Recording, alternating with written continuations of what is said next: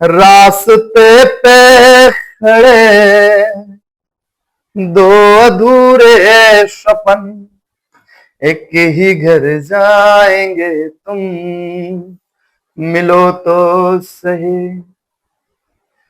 हाय प्यारे बच्चों, सलाम, नमस्ते, खुशामदीद, जय हिंद, जय भारत। और कैसे हैं आप सब लोग।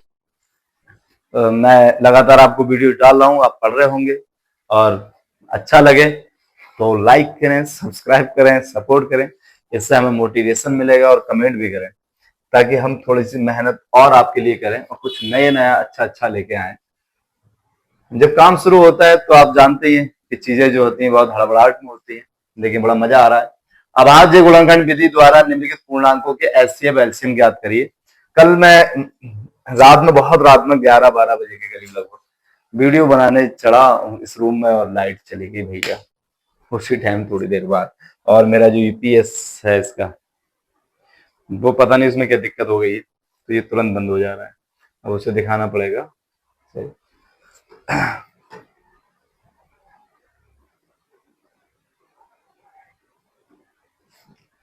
कह रहा भाज्य गुणनखंड विधि द्वारा निम्नलिखित पूर्णांकों के एचसीएफ एलसीएम। ऐसे आप जानते ही हो, हाईएस्ट कॉमन फैक्टर होता है, एलसीएम लोएस्ट कॉमन मल्टीपल होता है। आप सब जानते हो हाईएस्ट की डेफिनेशन होती है वह बड़ी से बड़ी संख्या, बड़े से बड़ा कॉमन, जिससे दी गई संख्या पूर्णतः विभाजित होती है। यानी जिन संख्याओं का हम मासा निकाल रहे हैं वो मासा ऐसी संख्या होगी जो मासा उन सारी संख्याओं को काट देगा।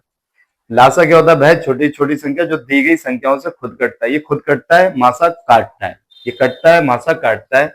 और ये क्या होता है, इन सारी संख्याओं से कटेगा, लासा निकालेंगे। तो मैंने पहला सवाल आई थिंक करा दिया था, दूसरा कराने जा रहा था लेकिन वो नहीं हो पाया, 17, 23, 29 का। तो आओ करते हैं, थोड़ा छोटा कर लें।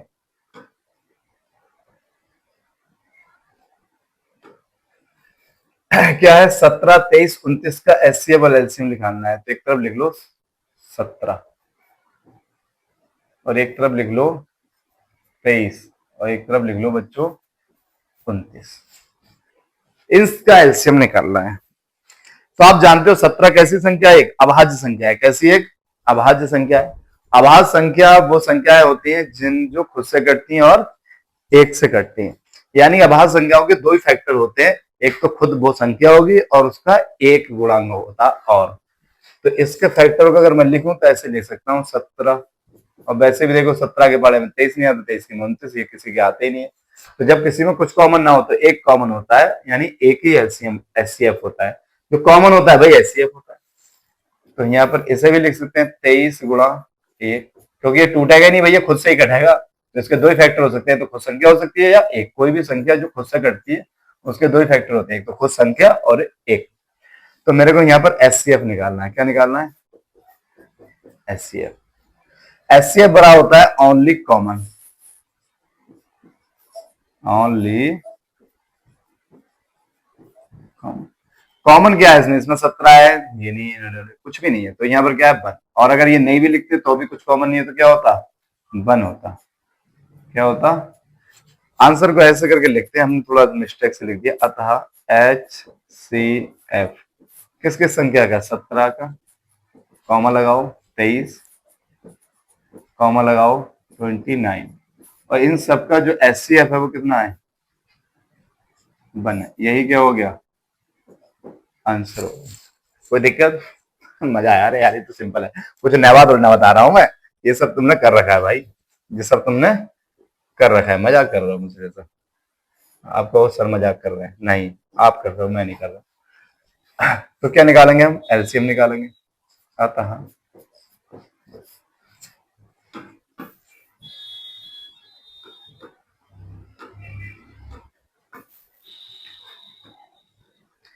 LCM lowest common multiple, short में से लासा कहते हैं, हिंदी में से क्या कहते हैं, लासा, उसे क्या कहते हैं, मासा। लासा की फुल फॉर्म होती है लघुत्तम समापवर्त्य, और वो होती है महत्तम समापवर्तक।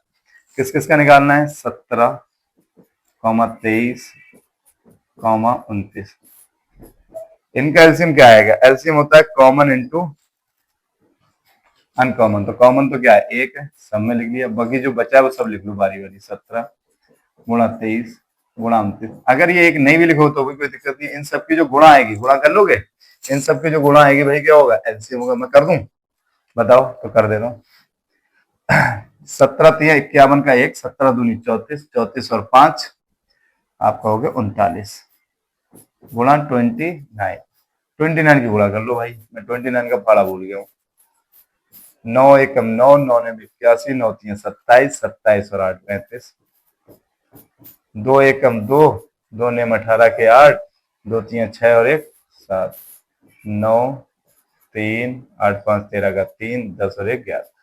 मैंने गुणा जल्दी में कर दिए भाई, तो आप लोग चेक कर लेना कि सही है या गलत है। गलत हो तो कमेंट करना कि सर आपको गुणा नहीं करनी आई, कोई दिक्कत नहीं है। तो ये आ गया। अगला सवाल 8 9 25, ये आपका होमवर्क है। ये क्या है आपका, 8 9 और 25, ये आपका होमवर्क में है, तो होमवर्क करिएगा। 8 और 9 25 को ऐसे तोड़ेंगे जैसे पहला वाला सवाल तोड़ा था, ये मैं करा ही देता हूँ। क्या ही है सवाल में,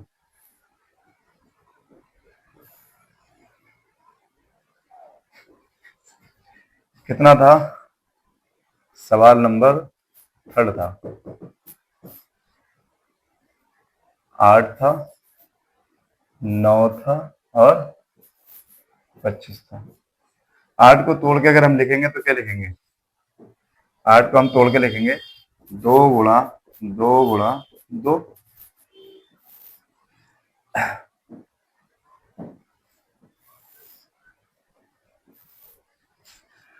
ऐसे तोड़ लो, ऐसे तोड़ लो 8 से, किससे कटेगा, 2 से, 2 चौक 8, 2 दूनी 4, 2 एकम 2, जो आता है एक आता है छोड़ देते हैं, गुणा करके लिख दिया अपना सारा, कोई दिक्कत नहीं है। 9, 9 को तोड़िए, 9 को लिखेंगे 3 गुणा 3, 3 3 9 होता है, और 5 को हम लिखेंगे 5 गुणा 5। अब मेरे को निकालना है एचसीएफ।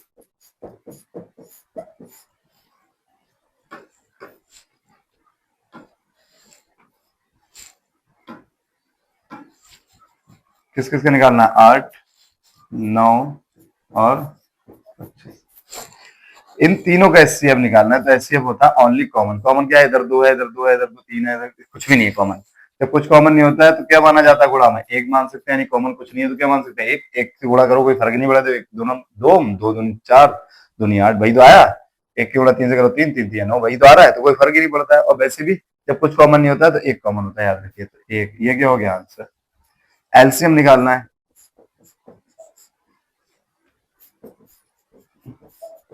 आंसर 8,9,25, इसका जो एलसीएम आएगा वो आएगा कॉमन। कॉमन क्या बेटा था, एक लिखो या मत लिखो, बाकी जितना बचा सब लिख लो। यहाँ क्या बचा, 2 गुणा 2 गुणा 2 गुणा 2 गुणा 3 गुणा 3। जब सीख जाओगे तो आप डायरेक्ट कर सकते हो, 5 गुणा 5, लेकिन पेपर में ऐसे करके दिखाना। पचम 25, 25 दूनी 50, दूनी 100, दूनी 200, 200 तिया 600, 600 तिया 1800। इतना लंबा आया, अरे मर गए, कुछ गड़बड़ तो नहीं कर दिया, फिर से एक बार। पचम 25 दूनी 50, दूनी 100, दूनी 200, 200 तिया 600, 600 तिया 1800। तो यही आंसर। समझ आया कि नहीं आया, कुछ भी नया नहीं है बच्चों इसमें, बस सिंपल है। अगला देखो, ये भी भाई है, अगर चाहो तो कर सकते हो, लेकिन मैं करा देता हूँ।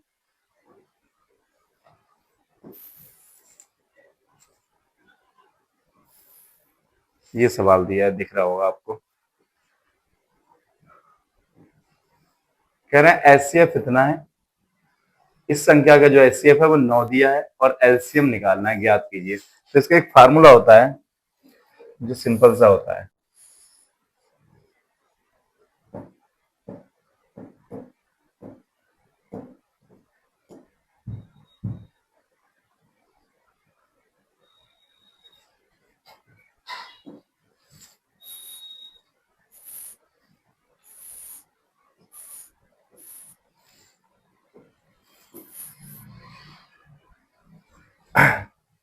एक फार्मूला होता है, एक संख्या, नोट फार्मूला याद रखेंगे नोट में, एक संख्या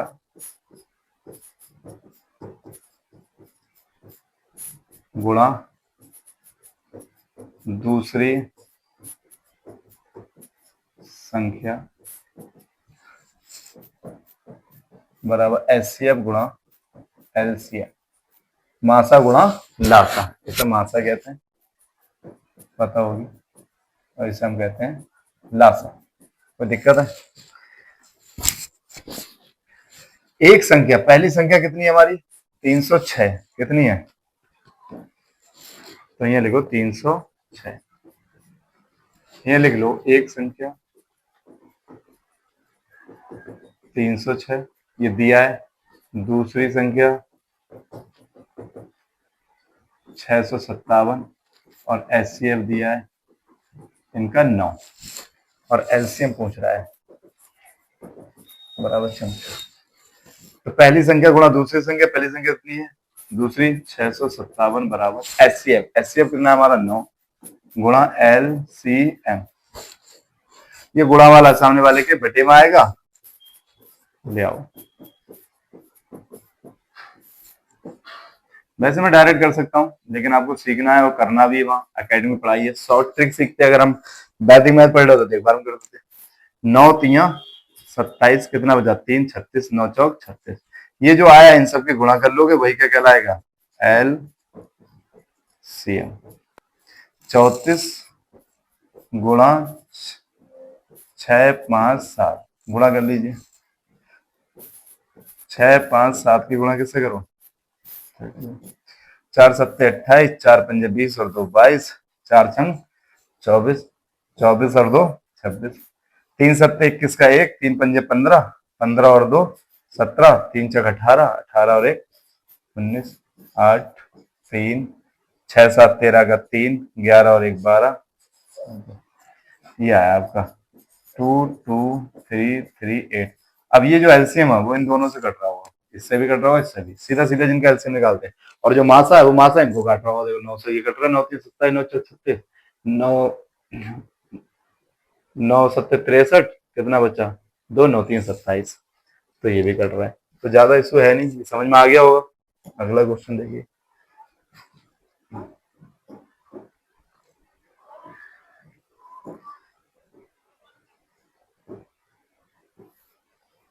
अरे यार इधर आओ, बड़ा हो जाओ थोड़ा सा यार, क्या करते रहते हो। कह रहा है जांच कीजिए कि प्राकृत संख्या n के लिए, कोई भी n एक नंबर है, n नंबर कोई भी हो सकता है, प्राकृत संख्या 2 4 6 8 10 कुछ भी हो सकती है, कोई दिक्कत, कोई भी प्रॉब्लम नहीं है, कुछ भी हो सकती है वो। कह रहा है प्राकृत संख्या n के लिए संख्या 6 अंक पर समान हो सकती है, ये 6 की पावर n होगा। सवाल में मिस्टेक हो गई है इसमें, ये 6 की पावर n होगी।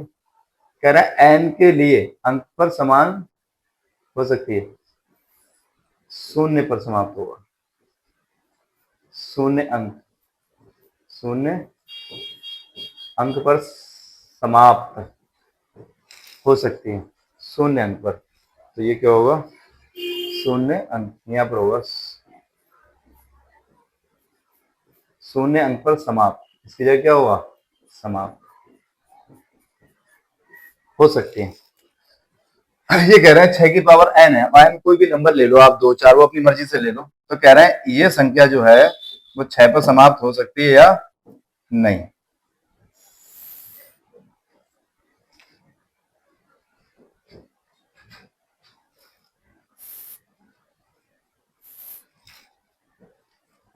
आइए करते हैं।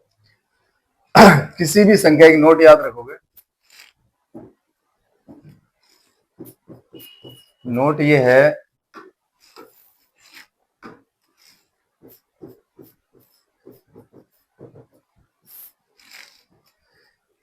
किसी भी संख्या के फैक्टर, किसी संख्या, मान लो संख्या क्या है? x की पावर n है, क्या है? x की पावर n। किसी संख्या x की पावर n के गुणनखंड,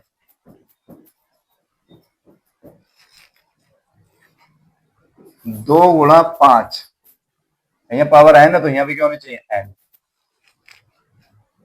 अगर कुछ और होगी तो कुछ और, 2 गुणा 5 की पावर n के रूप के होने चाहिए। यानी कि उनके गुणनखंड जो है, पावर को मारो गोली थोड़ी देर के लिए, 2 गुणा 5 के रूप के होने चाहिए। अगर इनमें से एक है तो भी नहीं होंगे, तब भी गुणनखंड मतलब उनका जो लास्ट अंक है, अंतिम अंक है, वो 0 पर समाप्त नहीं होगा। कह रहे हैं शून्य अंक पर समाप्त होगा। कह रहे हैं 6 की पावर n जो है उसका जो अंक है, लास्ट अंक है, यानी वो संख्या 0 पर समाप्त होगी कि नहीं होगी, ये सवाल है। क्वेश्चन थोड़ा सा मिस्टेक है इसमें। तो यहाँ पर क्या है, कोई भी संख्या उसके गुणनखंड 2 गुणा 5 के रूप के हो, सही है। अगर 2 गुणा 5 के रूप के हैं तो उसके अंतिम अक्षर जो है, उसका अंत जो है वो शून्य पर होगा, अदरवाइज नहीं होगा। जैसे कि सपोज दैट लिख लो, मान लो जी कोई भी संख्या है 65 है। अब 65 के गुणनखंड जो है वो कितने होंगे, 13 पंजे 65। अब 13 पंजे 65 है, इसका अंक 0 आएगा। यानी 0 कब आएगा, जब 2 गुणा 5 हो, 2 पंजे 10। जैसे ही 10 होगा तो इसका अंक क्या हो जाएगा, 0 आएगा। कुछ भी हो, 3 4 5, कोई भी संख्या लिख लो आप, तो उनके गुणनखंड 2 गुणा 5 के रूप के होने चाहिए। जब 2 गुणा 5 के होंगे तो 5 दूनी 10, अपने आप 0 पर आ जाएगा। तो हम लिखेंगे चूंकि 6 की पावर n बराबर 2 गुणा 3, और ये पावर n ऐसे की n ही, ऐसे कर लो, 2 की पावर n अलग और 3 की पावर n अलग। देखो चूंकि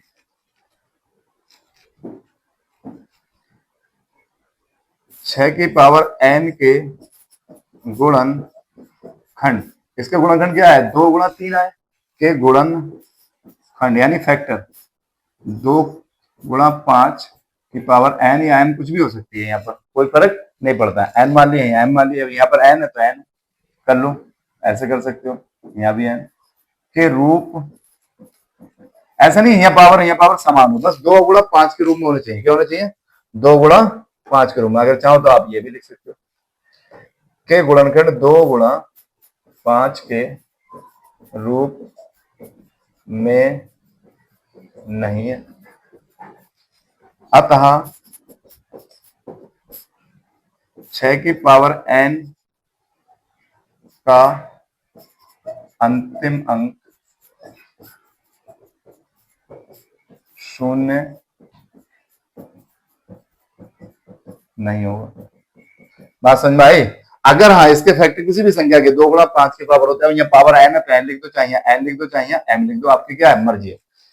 6 की पावर n के गुणनखंड जो है 2 की पावर n या 5 की पावर n के रूप के नहीं है, अतः 6 की पावर का अंतिम अंक जो है वो शून्य नहीं होगा। भाई सवाल में कहा था जांच कीजिए किसी प्रकार से n के लिए 6 की पावर n, 6 की पावर, ये 6 की पावर n जो है उनका अंतिम अंक 0 पर समाप्त होगा कि नहीं होगा। यानी ये 6 की पावर n को सॉल्व करा जाए तो ये 0 पर समाप्त होगी नहीं होगी। समाप्त का मतलब होता है अंतिम अंक क्या होना चाहिए, शून्य होना चाहिए। तो ऐसा नहीं होगा, ये तभी होगा जब उसके फैक्टर क्या हो, किसी भी संख्या के 2 गुणा 5 के रूप के हो। समझ में आया। अगला क्वेश्चन है,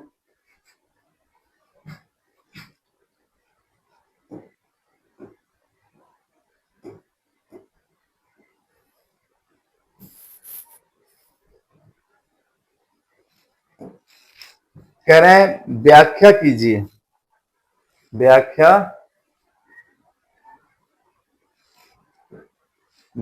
कीजिए इतने और इतने भाज्य संख्याएं क्यों है। ये भाज्य संख्याएं कब होती है, भाज्य संख्याएं वो होती है जिन संख्याओं के फैक्टर खुद और एक के अलावा कोई और आ जाए तो वो भाज्य संख्या होती है, कंपोजिट नंबर होते हैं। जैसे मान लो कोई 4 है तो 4 के एक तो 4 के फैक्टर क्या आएंगे, 4 के फैक्टर 4 आएगा और एक भी आ जाएगा और 2 भी तो आ जाएंगे। यानी कि ये संख्या 4 जो है वो 4 से भी कट जाएगी, 1 से भी कट जाएगी और 2।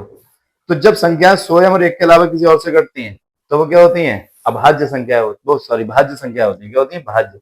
तो वही कह रहे हैं, यानी उनके फैक्टर खुद और एक के अलावा भी कोई और हो तो वो भाज्य संख्या होंगे। तो व्याख्या कीजिए कि इतने इतने क्या है, भाज्य संख्या है। आपको ये बताना है भाज्य संख्या है, तो सीधा सा फंडा है, इनकी संख्याओं को लिख लो। क्या लिखना है, 7 गुणा 11 गुणा 13 प्लस 13। एक तरफ है 7 गुणा 6 गुणा 5 गुणा 3 गुणा 2 गुणा 1 और प्लस 5।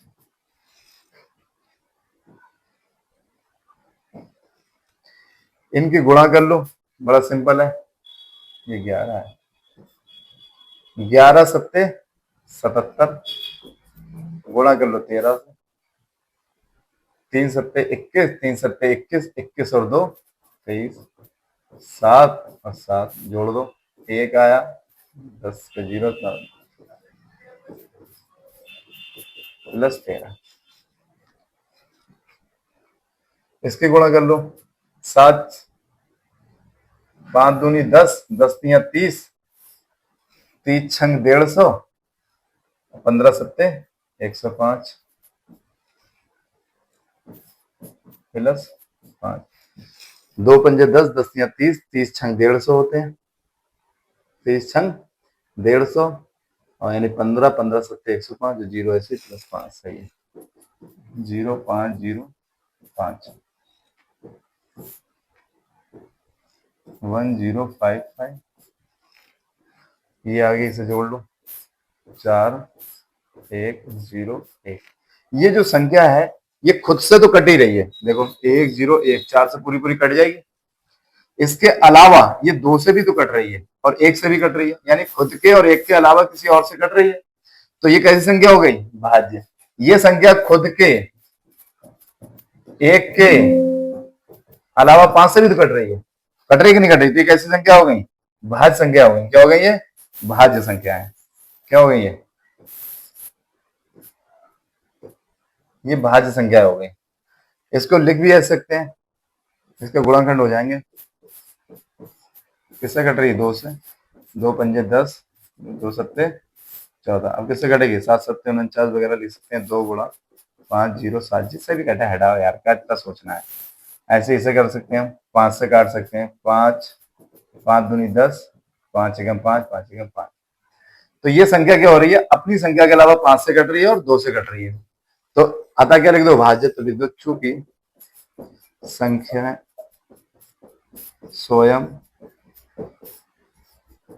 व 1 के अतिरिक्त अन्य संख्याओं से भी कट रही है, अतः दी गई